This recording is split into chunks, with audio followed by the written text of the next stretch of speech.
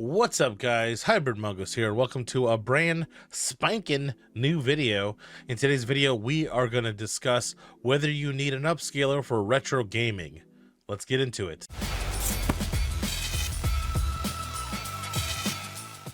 In last week's video, I discussed whether you need a CRT TV for retro gaming. Now, in that scenario, if you had no need of playing on an HDTV or a modern TV, then yes, you absolutely don't need an upscaler. That being said, there are so many different alternatives and so many different ways to go, and I've done so much research on this. So, come along, ladies and gentlemen, and I will kind of show you what I found out and describe kind of why I went the way I went in terms of, setting up an upscaler and things like that. Now, the very first thing I'm going to talk about is actually the cheaper HDMI converters for these retro consoles and why it just didn't work out good for me. Now, if we look here, you'll see that I've actually purchased this one before, and it did a decent job, and the picture quality looked great, but the biggest problem with it is the actual input lag. Now, when you're playing a casual game, you may not even notice, but games that require split-second timing and things like that, you're gonna notice. And I actually purchased a level hike HDMI converter for Super Nintendo, and that's when I noticed a big difference in the input lag. And there's these generic ones that all kind of look like this one, and those are the ones that you don't want to necessarily buy because they are known to have weird issues with input lag and things like that. Now, your mileage may vary. Some people might be like, oh, mine works perfect. I don't know what you're talking about. There's a couple other brands that look like this, but from the further I researched into this stuff, I just decided, you know what, I'm staying completely far away from these things. My experience wasn't good, and I don't trust any HDMI upscaler that looks basically like this. Has this like HDMI, like all of them kind of look the same, and a lot of the clones of this same one look like this one. So that leads me into the first actual alternative, which is HD Retrovision cables. Now, with these, you don't necessarily need an upscaler if your HDTV has component, and a lot of them do. You can actually use the component cable and plug directly into your HDTV. Now, I have actually seen people use this in conjunction with a RetroTINK 5X, which could potentially be overboard if your TV is capable of doing component. So you kind of each to their own there. You can kind of think of it. Now, if you wanted to set up similar to mine, which I have an automatic SCART switcher, and you wanted to go to the component route, you'll notice here that all the price is about $64. With SCART, you can get a high quality SCART cable from like Insurrection Games or a lot of the other places, and they're gonna be around $30. It's already half the price of the HD Retrovision cables. Also, if you wanted an automatic component switcher, and this is the only one that I know that exists, this is on Stone Age Gamer, and this G-Comp switcher is not cheap at all. Look at that price right there, $294. And it's got rave reviews. People say it's worth it, and things like that, and that's cool. If you use a bunch of HD Retrovision cables and you want to connect to something like this, that's awesome. Another alternative without an upscaler is actually the Rad2X, which has basically, it says powered by RetroTINK right here. It has like built-in RetroTINK technology to kind of give you a very good experience and go directly to HDMI. You can see here this is a GameCube, a GameCube Rad2X to HDMI converter or cable, and you see at the end here it has like a mini HDMI at the end there, and they actually sell the mini HDMIs there. So total together that's going to be about $60 something or so, right? Or well, that's actually pounds, so probably costs a little bit even more than that. So you'd have to order this. The only places I've seen these are actually been from PAL websites for the Rad2X. But you can see it's kind of expensive, but it goes right to HDMI, and that's another way you can do it if you want to go right to HDMI. And these have good reviews with no issues with input latency or anything like that. The picture quality looks great, and if you can catch them while they're in stock, This is great. You can see this is a pre-order. This is a pre-order. Like, look at all these are all pre-orders. So it's like, you know, you're gonna have to wait. These frequently go out of stock, and that's another reason why I kind of went the way I did, is because, you know, these go out of stock constantly.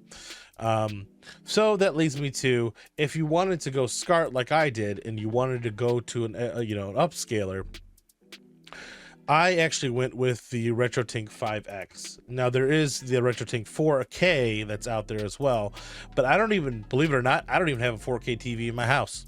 So I don't really have a reason for that. But the RetroTINK 5X, the reason I went this way is because I can take all of my SCART consoles, put them to an automatic SCART switcher, and then go directly to SCART into the RetroTINK 5X, then go right from there to HDMI to the to a modern TV, and it's going to give me perfect quality, give me a bunch of different, you know, settings for you know, smoothing and scaling and all that other stuff. And as a bonus, you can actually use it with a VHS tape. Like, I actually use it to upscale VHS you know, home videos and things like that. So you can actually do there's just so much you can do with this that actually makes it amazing. Now there is a cheaper alternative if you wanted to go SCART and go this route, and that is the GBS Control, which is on AliExpress.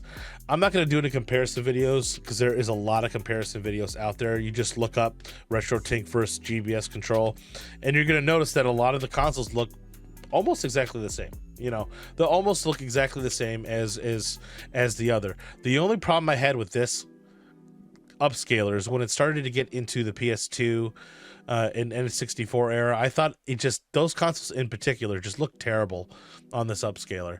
One of the good things about this upscale, and why I still keep mine, is it has a VGA out, so you can actually do SCART in and then go VGA out to something like a CRT PC monitor or something like that, and that works really great. So I keep this around just for the fact that you can actually easily convert SCART to VGA.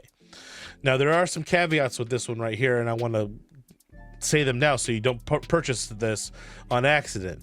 This does not have composite. It only has component and SCART, really. That's it. If you have something that needs composite, that needs to be upscaled, you do not want to buy this because it does not have composite support. It's only component or SCART, basically. So I obviously was using SCART, so this is why I went this way. Now, RetroTINK does have even cheaper upscalers too, and they have the more expensive ones. Like, they have the 2X Pro. They also have the 4K, which is the, you know, the super high-end model. But a lot of people will use the 2X Pro as well. And I think this goes right to HDMI out, if I'm not mistaken. Yeah, it goes right to HDMI out, and you can see it's using component right in there. I don't know if it actually, it does composite right here. It does composite to NS video. So if you wanted something cheaper with more features, and you had to do composite, this could be an option as well. Now, again, I will say this: if you are using retro consoles, and you don't have a need to play on an HDTV, CRT TV is gonna be the cheapest overall, especially when you start adding in SCART cables. If you want to go that way, an automatic SCART switcher, which is about $80, an upscaler, which the one I have is over $300, or you could just play with S video on a CRT TV and be done. And there you go. That's your cost. So, and also this video is for the OG retro consoles. I want to get that straight. I mean, I'm aware, I'm not talking about FPGA that already has, you know, an FPGA console that already has HDMI built in. I'm not talking about, you know, the AVS NES that actually already has HDMI in. This video is really for, are you going to actually use the OG consoles and what you're going to use them for? So I trust me, last video I made about the CRT TV, a lot of people messaged about those FPGA consoles. I appreciate that, but yeah, that's not what this video is for. This video is to show you the different options, show you the different things that you can do, and then from that, you guys make your best guess on what you want to proceed with. Maybe there's some things in here that you didn't even know about. I mean, I dug super deep into this topic before I made my decision to go full on SCART, and Trust me, I did so much research. It was ridiculous. I spent countless hours researching all the different ways and different things like that, because the input lag for me was just it was a killer. I could not stand the input lag at all. No way. So anyway, guys, I mean, that is basically it for the video.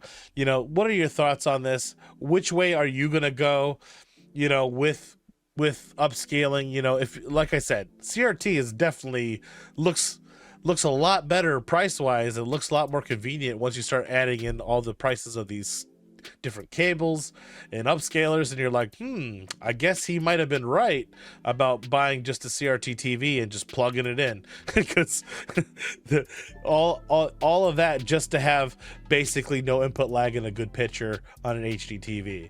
So what are you guys' opinions on this? You know, do you need an upscaler? I would say if you're going to play on an HD TV, absolutely yes, you do. You know, if you're going to play on a modern TV, you need some sort of upscaler. That's not the cheap ones that's going to give you trouble, like with the input lag. I cannot stand the input lag, like I said. I was so disappointed when I found that out. I was trying to play Punch-Out, and I'm getting killed by, you know, boxers that I shouldn't have got beaten by. And yeah, so anyway, guys, leave it in the comments down below. What do you guys think? Do you need an upscaler for retro gaming? Subscribe if you haven't already, and I'll see you guys in the next one. Later.